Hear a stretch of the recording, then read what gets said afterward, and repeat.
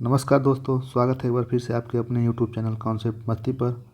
तो दोस्तों, हम लोग ये एमसीक्यू सीरीज़ जो कर रहे हैं आज, उसका ये नया वीडियो है। तो इसमें हम लोग देखें काफ़ी इंपॉर्टेंट क्वेश्चन जो आपको आने वाले एग्ज़ाम में काफ़ी सहयोग करेंगे। तो चलिए देर न करते हुए स्टार्ट करते हैं। तो आज का पहला क्वेश्चन है, संट प्रकार के ओम मीटर पर शून्य रीडिंग होगी।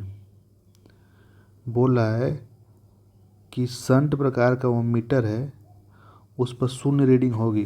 पहला ऑप्शन है माप के बाएं छोर, दूसरा ऑप्शन है निर्माण द्वारा निर्दिष्ट स्थान, माप के दाहिने छोर, चौथा ऑप्शन है माप के केंद्र में। तो देखिए, हमारे पास जो ओम मीटर होता है ना,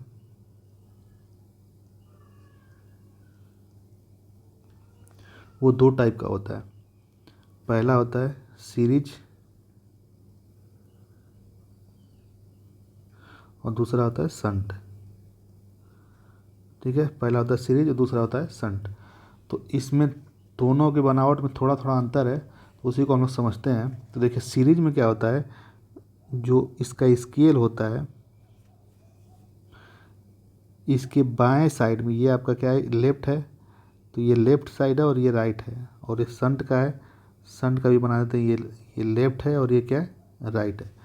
तो सीरीज वाले में क्या होता है, लेफ्ट में अनंत होता है, इनफाइनाइट से शुरू होता है और जीरो पर क्या होता है, ख़त्म होता है। और संट वाले में इसका उल्टा होता है, यहाँ पर ये जीरो होता है और यहाँ पर क्या होता है, इनफाइनाइट होता है। तो संट वाले में लेफ्ट साइड में क्या होता है, जीरो, और राइट साइड में अनंत होता है। और सीरीज वाले में क्या होता है, लेफ्ट साइड में अनंत और राइट साइड में जीरो।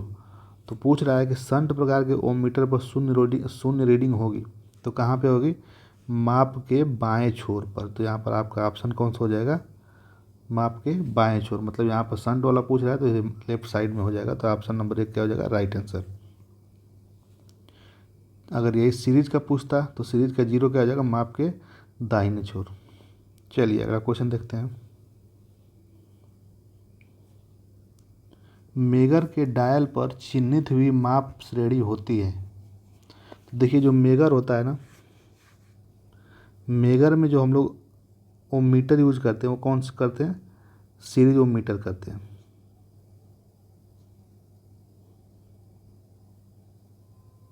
और हम लोग जानते हैं कि सीरीज ओम मीटर में क्या होता है, सीरीज ओम मीटर का जो स्केल होता है वो क्या होता है, लेफ्ट में अनंत होता है और राइट में क्या होता है, जीरो होता है। तो वही हो जाएगा। पूछ रहा है कि मेगर के डायल पर चिन्हित हुई माप श्रेणी होती है, तो कैसे होती है, अनंत से जीरो की ओर। तो यहाँ पर आपका ऑप्शन हो जाएगा कौन सा, डी ऑप्शन हो जाएगा राइट आंसर, अनंत से शून्य की ओर। तो यहाँ आपका राइट आंसर हो गया अनंत से शून्य की ओर। क्योंकि मेगर में कौन सा यूज होता है, ओम मीटर, सीरीज ओम मीटर होता है। और सीरीज में क्या होता है, लेफ्ट में अनंत और राइट में क्या होता है, जीरो। मतलब कि शुरुआत में अनंत होता है और लास्ट में क्या होता है, जीरो होता है। तो यहाँ पर अनंत से क्या हो जाएगा, शून्य हो जाएगा। चलिए अगला क्वेश्चन देखते हैं।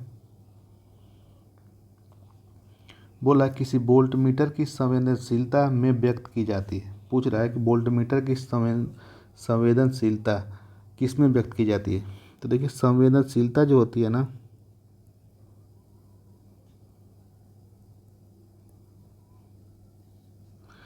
वो क्या होती है, बराबर होती है 1 बटे धारा के।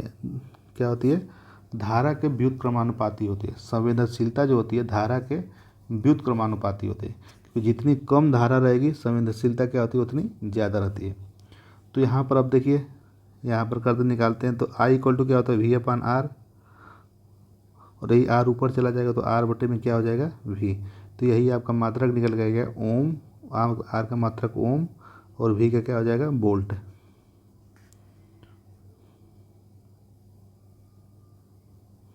तो यही सेंसिटिविटी का मात्रक हो जाएगा क्या आपका, ओम प्रति वोल्ट। तो आपका ऑप्शन नंबर क्या हो जाएगा, राइट आंसर 1 हो जाएगा, ओम प्रति वोल्ट। चलिए अगला क्वेश्चन देखते हैं। बोला एक गैलोमीटर का प्रतिरोध 0.5 ओम और फुल स्केल पर विक्षेपण कितना है, 10 मिली एम्पियर है। 1 एम्पियर के रजिस्टर उपकरण के प्रास की सीमा क्या होगी। तो देखिए, मतलब बोल रहा है कि एक क्या है, गैलोमीटर है। गैलोमीटर जब क्या है, अमीटर है। और वो क्या करता है, मान लीजिए हम यहाँ बनाते हैं, ये आपका अमीटर हो गया। और उसका उसका प्रतिरोध कितना दिया हुआ है, 0.5 ओम दिया हुआ है। और इसका फुल स्केल डिफरेंशियल कितना दिया हुआ है, मतलब ये कितना रीडिंग पड़ रहा है, मैक्सिमम 10 मिली एम्पियर। तो बोल रहा है कि इससे 1 एम्पियर, मतलब कि इससे 1 एम्पियर पढ़ना है तो उस शंट रजिस्टर कितने ओम का लगाना पड़ेगा। तो मतलब कि हम दे रहे हैं कितना, 10 मिली एम्पियर इसकी क्षमता है और पढ़ना कितना है, 1 एम्पियर का। ठीक है, 1 एम्पियर का। तो 1 एम्पियर पढ़ना तो इसको कहीं ना कहीं से पास कराना पड़ेगा, तो वही शंट लगाते हैं हम लोग क्या, अमीटर के समांतर में। और इसी ये पूछ रहा है कि इस शंट का मान कितना होगा। ठीक है, ये बहुत ही इंपॉर्टेंट क्वेश्चन है। तो इस सवाल को लगाने के 2 तरीके हैं, आपको जो समझ में आए वो करिएगा। पहले हमें इसका शार्ट वाला फॉर्म बता देते हैं, उसके बाद आपको क्या करेंगे, एक फुल मेथड बता देंगे जिससे आपको कभी भी सवाल गलत नहीं होगा। तो देखिए क्या होता है, R S H equal to होता है आर एम बटे में m-1। आर एम बटे में क्या होता है, m-1, जहाँ m इक्वल टू क्या होता है, आई बटे में I M. m equal to क्या होता है, आई अपान आई एम। आई क्या है, टोटल धारा, और आई एम क्या है, ये जो मीटर की धारा है। तो ये हम निकाल लेंगे यहाँ पे, आई क्या है 1 एम्पियर और ये क्या है 10 मिली एम्पियर। तो 10 गुणे 10 कहते हैं -3। तो यहाँ पर हो जाएगा आपका, ये ऊपर चला जाएगा तो 1000 हो जाएगा, और बटे में कितना है 10, कैंसिल हो गया, आपको बचा कितना 100। तो यहाँ पर आप यहाँ मान रख दीजिए, आर एम का मान कितना है 0.5, और यहाँ पर आपका कितना हो जाएगा, एम का मान 100 -1। तो यहाँ पर आपका हो जाएगा 0.5 बटे में 99।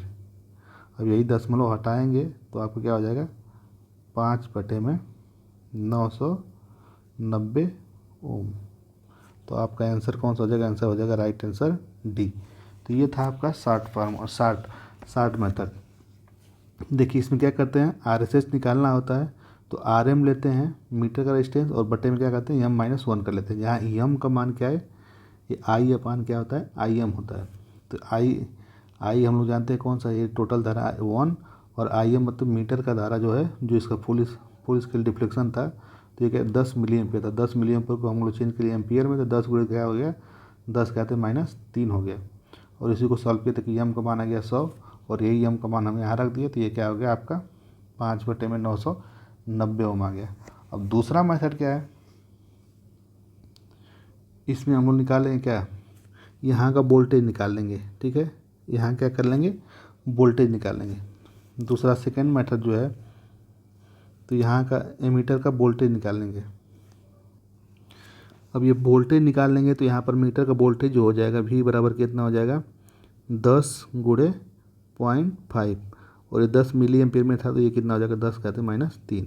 तो यहाँ पर हो जाएगा 5 गुणे 10 कहते हैं -3, ये हो जाएगा आपका वोल्ट।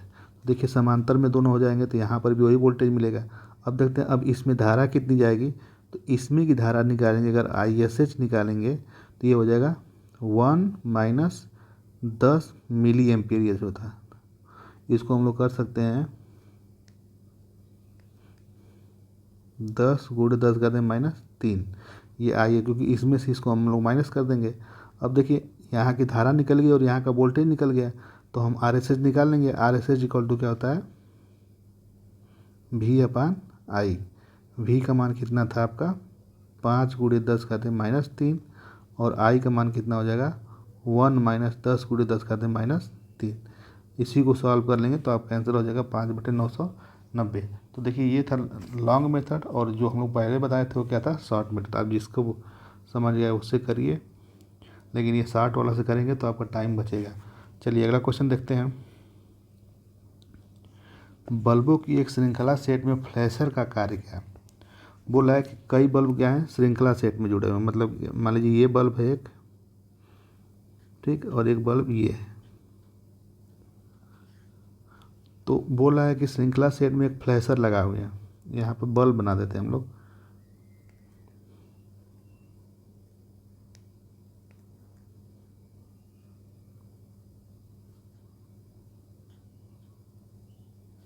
ठीक है, बोला है कि इसमें एक फ्लैशर लगा देते हैं, ये क्या है फ्लैशर।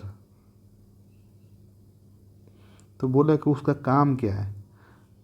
तो देखिए फ्लैशर मतलब क्या है, ये हमेशा जलता रहता है। तो चाहे लाइट रहेगी या चाहे नहीं लाइट रहेगी या ना रहेगी, यहाँ पर क्या होता है, एक अगर लाइट रहेगी तो ये जलेगा, नहीं रहेगी तो भी क्या करेगा, ये इसमें थोड़ा सा उजाला रहेगा। तो इसी के सहायता से हम लोग क्या करते हैं, बिना रोशनी के, मतलब इसमें इसमें थोड़ा सा वो रहता है, आपका उजाला रहता है। तो बिना रोशनी के हम लोग क्या करते हैं, सर्किट को ऑन करते हैं और ऑफ करते हैं। तो मतलब सर्किट को बनाते हैं और क्या करते हैं, तोड़ते हैं। तो यहाँ पर बिना रोशनी के सर्किट को बनाना और तोड़ना काम होता है किसका, फ्लैशर का। ठीक है, तो ये क्या होता है आपका फ्लैशर। फ्लैशर क्या होता है, इसमें एक छोटी सी लाइट होती है, जो रोशनी रहेगी, लाइट रहेगी तो भी नहीं जलेगी और लाइट नहीं रहेगी तो भी जलेगी। तो हम लोग क्या करते हैं, बिना तो अगर लाइट कट गई तो यहाँ थोड़ा रोशनी रहेगी, तो सर्किट को ऑन करना है चाहे ऑफ करना है तो हम आसानी से कर सकते हैं। तो आपका ऑप्शन नंबर कौन सा हो जाएगा, ऑप्शन नंबर ए हो जाएगा राइट आंसर। चलिए अगला देखते हैं क्वेश्चन। 2 पिन सॉकेट और पिन का 2 पिन सॉकेट और पिन का तब उपयोग किया जाता है जब ऐसे सीरीज, आप पहला ऑप्शन है भू संपर्कन इलेक्ट्रोड से जोड़ा जाता है, एकल इंसुलेटेड हो, 2 कोर वाले केबल से जुड़ा होता है, दोहरे इंसुलेटेड हो। तो देखिए बोला है कि 2 पिन का सॉकेट, ये सॉकेट देखे होंगे, ये 2 पिन का सॉकेट है, उसको कब हम लोग यूज़ करते हैं। तो देखिए 2 पिन का सॉकेट है तो इसमें कोई भी अगर 3 पिन वाला रहता है, मान लीजिए ये 3 पिन है, तो इसमें एक अर्थ वायर होती है, अर्थ के लिए होता है, और 2 ठो फेज है, न्यूट्रल होता है। तो इसमें अर्थ का एक अलग से पॉइंट दिया होता है, लेकिन 2 पिन वाले सॉकेट में कोई अर्थ कनेक्शन नहीं दिया होता। तो इसको हम लोग यूज करते हैं। तो जो हम लोग एसेसरी यूज करेंगे तो प्रयास करेंगे उसमें क्या हो, इंसुलेटर क्या हो, ज़्यादा हो। जो हम लोग वायर इसमें यूज करेंगे तो उसका हम लोग क्या प्रयास करेंगे, क्या हो, इंसुलेटर ज़्यादा हो, जिससे लीकेज करंट ना हो। इसमें लीकेज कोई करंट होती है तो कहाँ चली जाती है, अर्थ में चली जाती है, लेकिन इसमें अर्थ के लिए कोई रास्ता है नहीं। तो इसीलिए हम लोग ऐसा यूज करते हैं, इसका इंसुलेशन ज़्यादा रखते हैं जिससे कोई इसमें लीकेज करंट ना हो। तो यहाँ पर आपका आंसर कौन सा हो जाएगा, ऑप्शन नंबर डी हो जाएगा, दोहरी इंसुलेटेड हो।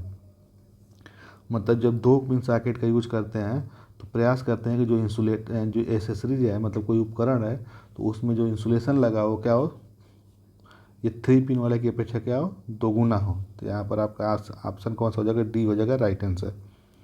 चलिए अगला क्वेश्चन देखते हैं। तार के मानक गेज की सीमा क्या है। तो देखिए वायर गेज की बात कर रहा है, वायर गेज को हम लोग बोलते हैं SWG, स्टैंडर्ड वायर गेज। तो इसकी जो मानक सीमा होती है वो कितनी होती है, 0 से 36।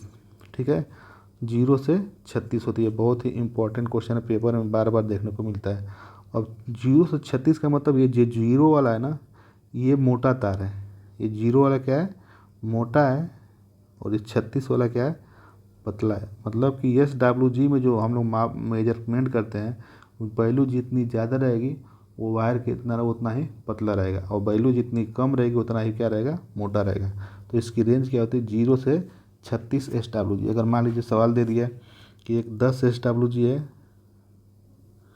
और एक 20 SWG है, पूछेगा कि इसमें कौन सा तार मोटा होगा, तो कम वो SWG वाला क्या होगा, वो मोटा तार हो जाएगा। चलिए अगला सवाल देखते हैं। घरेलू तार स्थापन में फ्यूज धारा निर्भर करती है। तो देखिए घरेलू तार का स्थापना करते हैं तो फ्यूज का निर्धारण, मतलब रेटिंग क्या होना चाहिए। तो फ्यूज की जो रेटिंग होनी चाहिए वो क्या होती है, वो क्रांतिक मान का 150%। तो जो फ्यूज का हम लोग रेटिंग लेते हैं वो क्या होता है, क्रांतिक मान का 150% लेते हैं। ये भी याद करने वाला सवाल है, आप इसको आसानी से देख सकते हैं, पेपर में देखने को मिल सकता है। चलिए अगला क्वेश्चन देखते हैं। भविष्य के संशोधनों के कारण किसी भी विद्युत परिपथ के डिजाइन में कितनी भार वृद्धि की व्यवस्था होनी चाहिए। मतलब बोला है कि हम लोग मान लीजिए वायरिंग कर रहे हैं और फिलहाल में हमारे पास कोई मान लीजिए फैन है, एक टीवी है, और एक क्या है, कोई मतलब कि क्या बोलते हैं, आयरन है। यही सब छोटे छोटे उपकरण है। लेकिन मान लीजिए कभी आपके पास पैसा हुआ तो फ्रिज हो गया, AC हो गया, उसके लिए क्या करते हैं, तो उसको भी लगाना पड़ेगा। तो उसीलिए उसको देखते हुए हम लोग क्या करते हैं कि भविष्य में भार में वृद्धि करनी है, तो भविष्य में कोई दिक्कत ना हो उसके लिए हम लोग क्या करते हैं, पहले ही जो तार लगाते हैं उसकी इतनी क्षमता होती है कि वो क्या करते हैं, आगे भी कोई अगर उसमें इंस्ट्रूमेंट जोड़ते हैं, लोड बढ़ाते हैं, तो उस पर कोई प्रभाव न पड़े। तो वो क्या होता है, भविष्य में संशोधन के लिए हम लोग क्या करते हैं, 20% एक्स्ट्रा हम लोग पहले से ही लेकर चलते हैं। मतलब कि हमको अगर वायर पतला चाहिए था, मान लीजिए 1 mm का चाहिए था, तो भविष्य का 1 mm² का चाहिए था, तो भविष्य को देखते हुए हम लोग क्या करेंगे, मतलब एग्जाम्पल दे रहे हैं 1.5 mm² का लेकर चलेंगे। तो यही होता है, क्या होता है आपका भविष्य के लिए कितने परसेंट का, 20% का हम लोग टॉलरेंस लेकर चलते हैं। चलिए अगला क्वेश्चन है, दिए गए विकल्पों में सबसे छोटी तार गेज की संख्या पहचान करें। तो मैंने सबसे छोटी बताया, ठीक है, सबसे छोटी तार गेज की संख्या पूछ रहा है। तो सबसे छोटी क्या होता है, जो सबसे बड़ा होता है वही क्या होता है, सबसे छोटा होता है। आपका आंसर कौन सा हो जाएगा, आंसर डी हो जाएगा। मतलब जो सबसे ज़्यादा मान का होता है वही आपका क्या हो जाएगा, वही पतला हो जाएगा। मतलब यहाँ पर डी नहीं, सी हो जाएगा आपका, ऑप्शन नंबर सी हो जाएगा राइट आंसर। तो सी हो जाएगा आपका राइट आंसर। चलिए, तो आज के लिए इतना ही, मिलते हैं आपसे किसी अगली वीडियो में, तब तक के लिए जय हिंद, वंदे मातरम।